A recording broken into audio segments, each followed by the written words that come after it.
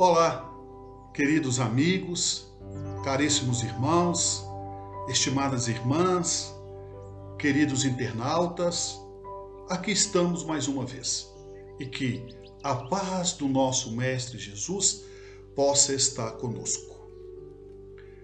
No início dos anos 70, eu ainda garoto, com os meus 7, 8 anos de idade, nós morávamos no interior do estado de São Paulo, a 1 hora da capital paulista, na cidade de Mogi das Cruzes.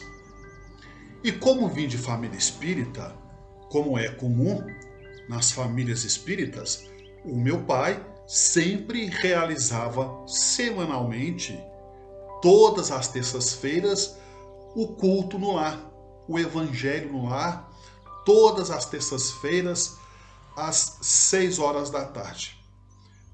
Naquela época, a educação era muito rigorosa e com isso, então, ele nos intimávamos a participar do culto no lar. Querendo ou não, nós éramos obrigados a participar do evangelho do lar. Eu participava, me fazia bem, mas contra a minha vontade. Tinha vontade de estar com os amigos meus, jogando bola, soltando um papagaio, brincando na rua, porque naquela época não tinham os aparelhos eletroeletrônicos, como tem hoje, videogames, aparelho smartphone, computadores. Então, a nossa distração, as nossas brincadeiras se davam nos campos, nas ruas, enfim. Com isso, então, eu participava do culto, embora me fazia bem, mas se eu pudesse escolher, estaria com os amigos brincando. Eu não tinha outra opção a não ser participar com os meus irmãos e com meus pais também do Evangelho no Lar, todas as terças-feiras, às 6 horas da tarde. Mas, um determinado dia, na hora do recreio, na escola, um amigo meu de nome Zeca, aproximando-se de mim, me disse: Delane, você não quer matricular na escolinha de futebol? Dizia meu amigo. Eu acabei matriculando ontem, porque você não vá, faça a sua matrícula. É toda semana, para que possamos jogar, treinar junto o futebol, tanto que você gosta. Ele me disse, e eu pensei, é uma ótima ideia, Zeca. Mas que dia da semana é os treinos? Que dia da semana é a escolinha e qual horário?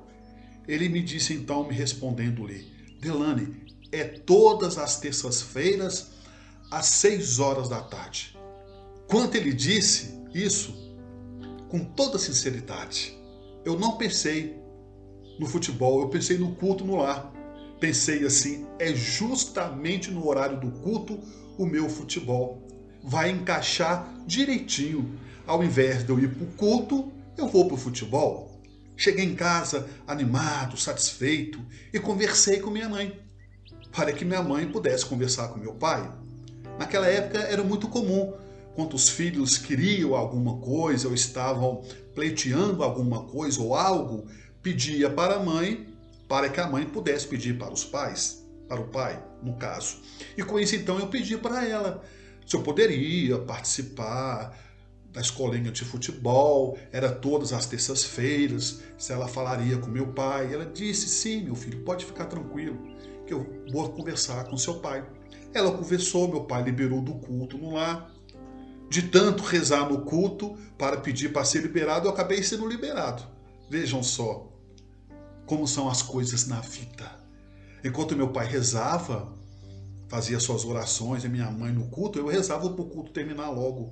E desta vez foi, na minha visão, um largo período que eu iria ficar afastado do culto, já que eu tinha feito a matrícula na escola de futebol, na escolinha de futebol, que assim era denominado na época, escolinha de futebol. Eu fiz minha matrícula, ansioso para chegar na próxima terça-feira para jogar o futebol e ao mesmo tempo ficar livre do culto no lar. Olhem só o que é o pensamento de uma criança de 7, 8 anos de idade. Falamos crianças de 8, 7 anos de idade, a idade que eu encontrava-me na época, porque hoje as crianças com 7, 8 anos são espíritos totalmente diferenciados de nós daquela época. E com isso então, caríssimos irmãos, estimadas irmãs e queridos internautas, o meu amigo então, no primeiro dia do treino do futebol, na escolinha, quando tocou o sinal, ele chegou perto de mim e disse assim na escola: Delane, nós vamos para casa, você vai para a sua casa, eu vou para a minha, trocamos de roupa, você toma um café, faz um lanche rápido e vamos para a escolinha. Mas dizia o meu amigo Zeca, mas eu sei um atalho onde nós vamos cortar caminho e vamos chegar mais cedo em casa para chegarmos mais cedo ao treino de futebol. Eu disse: ah, é? E que atalho é esse? Por onde que nós vamos cortar caminho? E ele, todo animado, me disse: nós vamos cortar caminho, nós vamos passar por dentro do cemitério. Quando ele falou por dentro do cemitério, não sei porquê, me deu um frio na barriga, uma coisa ruim por dentro, um aperto no coração. Mas eu não quis demonstrar medo para o meu amigo Zeca. Combinado, no horário marcado, encontramos na saída da escola e fomos cortando o atalho por dentro do cemitério. E eu olhando aquele muro grande, imaginando ficar trancado ali dentro do cemitério, aquele portão enorme, aqueles túmulos, não é? Com aquelas estátuas, eu olhava para a direita, olhava para a esquerda, andava depressa, e meu amigo também.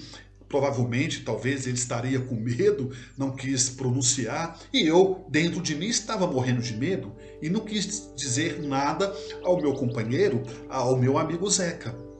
Quando nós estávamos no meio do cemitério, eu virei o rosto à esquerda e olhei aleatoriamente. Quando eu olhei aleatoriamente para a esquerda, havia uma velhinha sentada num túmulo. Eu olhei para ela assim e pensei comigo. Nada disse ao meu colega do lado, ao Zeca. Mas pensei comigo, puxa, que velhinha corajosa ficar sentada aí no túmulo. Nossa, quanta coragem. E continuamos andando. Chegamos em casa, trocamos de roupa, ele na casa dele, eu na minha. Fizemos um breve lanche e fomos para o futebol. Na semana seguinte, a mesma rotina, o mesmo trajeto. Acabou a escola, passamos por dentro do cemitério, que era o nosso atalho. Quando chegamos no meio do cemitério, eu olhei para a esquerda.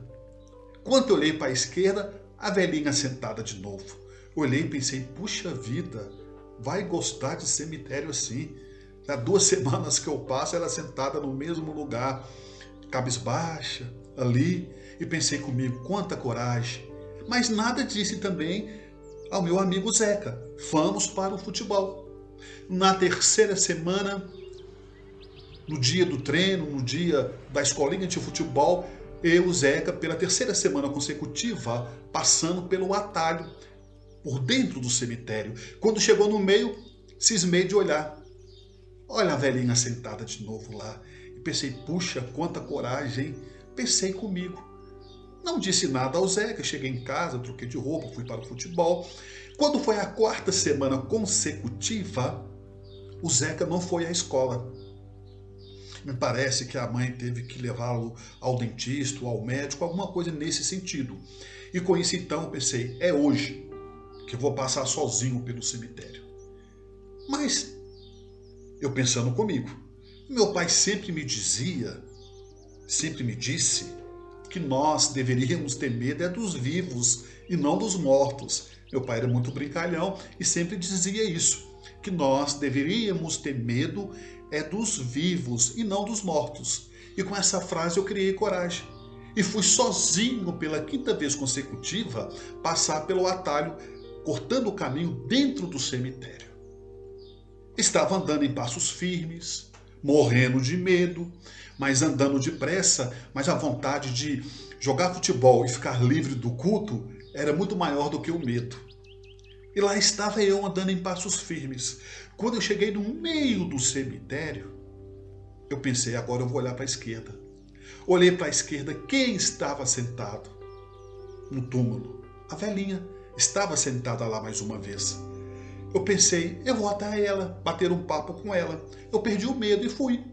Aproximei-se dela, eu vi que ela estava pálida, abatida, cabisbaixa, e disse a ela, minha senhora, me diga uma coisa, me mata a minha curiosidade.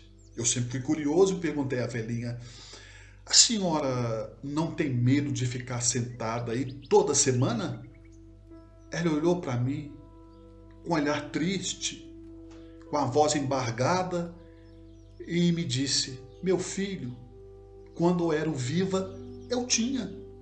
Ah, quando ela disse isso, quando eu era viva, eu tinha, eu corri. Mas corri que valia medalha de ouro. Cheguei em casa meio metro de língua para fora. Meu pai, que é isso, meu filho? Parece que viu assombração. Eu pensei, pior que vi. Fui o primeiro a chegar para sentar para assistir o culto no lar. Meu pai disse, mas você não vai no futebol hoje não? Não, hoje eu quero assistir o culto no lar. Depois desse dia em diante, eu nunca mais perdi um culto no lar. E depois eu comentei com o meu pai me explicou que tratava-se de um espírito que ainda estava apegado às coisas materiais, estava vinculado ainda às coisas mundanas. E aí eu fui estudando na mocidade, fui compreendendo e fui entendendo. Então nós deixamos esse caso tanto quanto engraçado, hilário, para os nossos irmãos entender que todas as experiências de nossa vida é válida, sejam elas boas ou sejam elas ruins. E entre essa experiência, o que eu pude aprender, que a vida continua além do corpo físico, além da matéria, a importância da realização do culto no lar, de fazer o evangelho, de fazer as orações. Claro, lógico que a criança tem que brincar, a criança tem que ter seu lazer, mas também os pais, nós pais, avós, tios, temos o dever de colocar os nossos filhos no caminho do bem, independentemente de religião. Encerramos esse vídeo por aqui. Um forte abraço a todos vocês que têm nos acompanhado. Ah, e não se esqueçam, deixe seu like, inscrevam-se no canal, deixe os seus comentários que iremos responder a todos os comentários deixados em nosso canal. Um forte abraço, que Deus abençoe a todos vocês e até o próximo vídeo.